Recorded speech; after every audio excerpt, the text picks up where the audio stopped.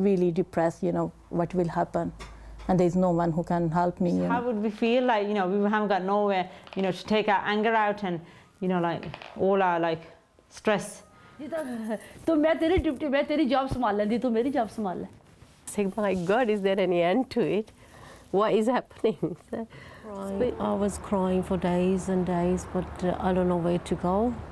Black and minority ethnic communities in the city are known to be underrepresented in the provision of social services to meet their everyday needs as carers of children with a learning disability.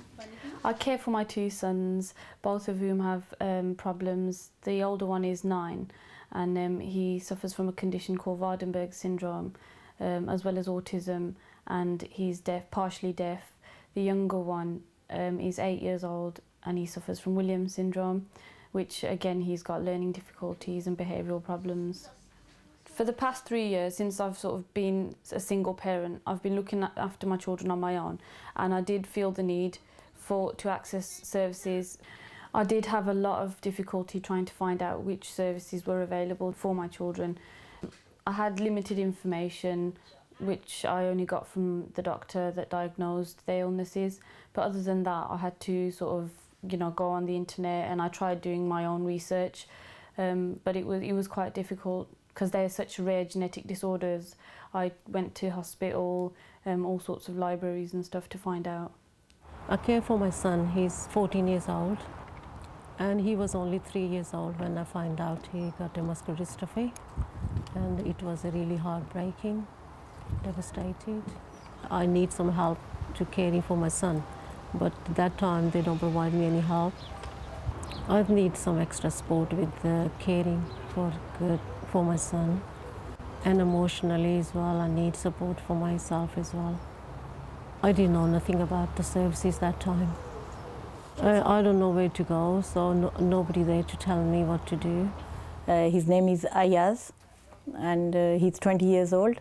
When he was 6 months old, he had meningitis, and since that time he's having epilepsy and autism and challenging behavior problem. So many years I couldn't get all facilities for my son, which, you know, like which ones he was entitled to. You know, my son is not getting everything what he needs. I had some advice from other parents who got disabled children, but in social service they didn't told me, and no one's come to my house and tell me, you know, this is the right way to go, and there is a people who can help you. There is a lack of understanding and stigma associated with learning disability in some communities, and this makes it difficult for carers to get support from within those communities. Yeah, I care for my daughter, Aparna. She is 27 years old, and she's probably diagnosed autistic since she was 9. I don't think I asked for any social support or anything else. It must be my attitude, and it must be my ignorance, I have to say, at that time, not knowing what services are available or can I ask. It's not the sort of thing you talk to people in open, you know, like the dinner parties or having a drink and suddenly say, hey, do you know what happened last night? They're old. My mom is a bit old, and she said I get scared if she has a fit or something. She said I can't cope with this. I don't know how you cope, like anything. Many carers have a real struggle day to day to manage on their own, and in most cases do not know where to turn for help. The result is isolation and mental health problems, which can cause anxiety and depression. And I don't know where to lean or where to go. That time I feel like, you know, killing myself that time, and I went into depression as well. Really worried, really depressed, and my health is going down as well. I'm on depression medicine. I can't sleep because 24 hours I have to look after my son. Yusuf is 12-year-old, and in September he's 13, and he's severe learning difficulty, cerebral palsy. सबने phone किया कि मैं बच्चे ने संभाल सकती, बल्कि मैं कम्युनिटी नर्स ने भी किया तो बच्चा ले जाओ, मैं सैटरडे संडे में रख लेवांगी ना, क्योंकि बहुत हार्ड है मेरे वास्ते. 24 ਆਵਰ ਦੇ ਬੱਚੇ ਦੇ ਨਾਲ ਬੰਦਾ ਮੇਰਾ ਲੱਕ ਦਰਦ ਕਰਦਾ ਲੱਤਾਂ ਦਰਦ ਕਰਦੀਆਂ ਪੈਰ ਸੁੱਜ ਜਾਂਦੇ ਹੱਥਾਂ ਨੂੰ ਇੱਕ ਛਿੱਕੇ ਦੇ ਨਾਪੀ ਬੰਨੋ ਹੈਂਡਸ ਪੇਨ ਹੁੰਦੇ ਆ ਰਾਤਾਂ ਨੂੰ ਜਾਗਦਾ ਅਗਰ ਇਸ ਨੂੰ quite stressful thinking about the future, especially the sense of the amount of care she needs and how will it be provided, who is going to do it.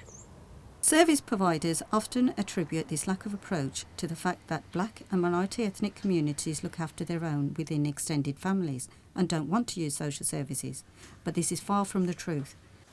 I've been caring for her about 11 years now. She's 11 in it, so 11 years now. Like it's very hard looking after her like 24/7. She was born with cerebral palsy, and then they told me when she was about 11 months. I sort of helped myself, like getting all these sports and everything. No one really helped me with, they didn't come home and tell me that you can get this sport or you can get this sport. But yeah, I've heard about people that they probably rely more on their families rather than social services. But it's not my personal experience. Well, I haven't got much family in the country anyway. I've just got a very small immediate family, but because everybody is working and they've got very busy lives, there wasn't much support I could actually get from them. If parents did manage to get in touch with services, all too often they found that those services could not meet their language and cultural needs. It is not uncommon for parents to have an initial contact with social services and then find that their cases were not pursued. Just when I need help, they don't give you help, and I couldn't hold of my social worker anymore. I was always on duty social worker, so they just pass your case to other duty worker or this duty social worker, so it's not being sorted. I did turn to social services, but what I found was every time I was left, I'd have the initial interview, the initial visit, home visit by a social worker, but after that I wouldn't hear from them. And after a few weeks I'd get back in touch with them, and then eventually the case would be closed because they were expecting me to do all the running around. They'd give me a number of another organisation. I'd try to get through to them. They'd tell me that the service wasn't available due to where I lived or certain other reasons, and I'd always end up back to square one. ठीक सी पर अच्छे भी सी ठीक सी मेरा ख्याल है पर उन्होंने मैंने सही दसिया नहीं मेरा राइट की है मैं उन्होंने फ़ोन किया तो कहते सी तन 130 घंटे देवांगे हेल्प ते पर मैं 1 साल हो गया चाइल्ड मंडर ने मैंने मिली ढूंढ के कोई मेरे बच्चे जेड़ा चाइल्ड मंडर आंदा है ना वो नस जांदा कहंदे असी कोप नहीं कर सकते ना तो फिर एक चाइल्ड मंडर में मिली है हुन.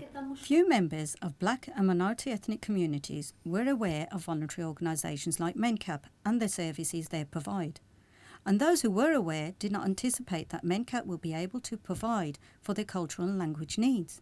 Birmingham Mencap have provided me with a really excellent service.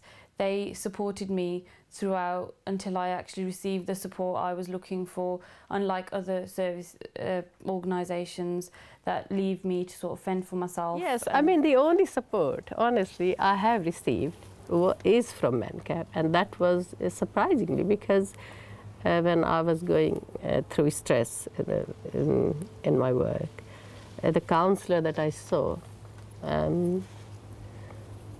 contacted Mencap, and the person from Mencap came to see me, which was found really unbelievable, that rather than me approaching all the time and asking, and can I have something or can I have this or that. It's a brilliant experience with Mencap. When I need some help like filling forms, and they help me, and I'm going to the parent support groups as well twice a month. I really find it helpful, and they're taking out as well. When she was about 5, 6, I saw her at this one meeting. I went to a conference in it, and they were saying organisation Mencap, they help you like they take like play schemes and outs and abouts like team. And Birmingham Mencap, they really helped me about these kind of issues, like my language, where I can't phone myself. They phoned behalf of me, and they wrote a letter for behalf of me, and I think they really helped me in this way. In terms of Birmingham Mencap's position, it was essential for us as an organisation to be relevant to BME communities. Birmingham is a city that over the next few years, the needs of BME communities, BME carers, people with a learning disability will grow significantly. We had to ensure that if Birmingham Mencap was going to be an organisation that could meet those needs, that we would have to change. We would have to change the style in which we provided services. We would have to become much more diverse in the way that we recruited our staff, and we would have to be absolutely clear that if people came and used our services, those services were sensitive in a whole range of ways to the needs of the people coming and asking us for help. Like if I don't met Birmingham Mencap, I won't go out anywhere. I'm just sitting here thinking who's coming, who will come and help me, and I don't feel like to go anywhere. But with Birmingham Mencap, once Birmingham Mencap came in to help me, they made sure they were on their back and, you know, got what I wanted. The direct payments I was entitled to for the past 2 years, I've finally got them now. It's very hard to break the barriers because on the initial meeting they're very tense because you're an Asian face and are you going to judge them? So what we tend to do is just try to relax them that this is our services, how can we provide the services, what sort of services would you like? But they're not aware of the services at all, nothing at all. There were a range of issues that people were bringing to us. There was a sense of lack of communication, lack of clarity in the information people were able to get, a confusion as to where they could get that information from, but above all, a concern around consistency. And one of the things that we established here as a principle was that we would be consistent with people. We'd be consistent and we'd be honest with people. If we could help them and advise them and support them, we would tell them that. If we couldn't, we would tell them that too. And I think we very quickly were seen to be an organisation that at least people knew where they stood when they came to us. Royal Mencap Society is pleased to be working with Birmingham Mencap to take forward the key messages that come from this valuable piece of research. We know we have to do better at learning from black and minority ethnic communities what will help and support them in working with the members of their families that have a learning disability. Messages to do with better communication and better understanding about the things that are important to them.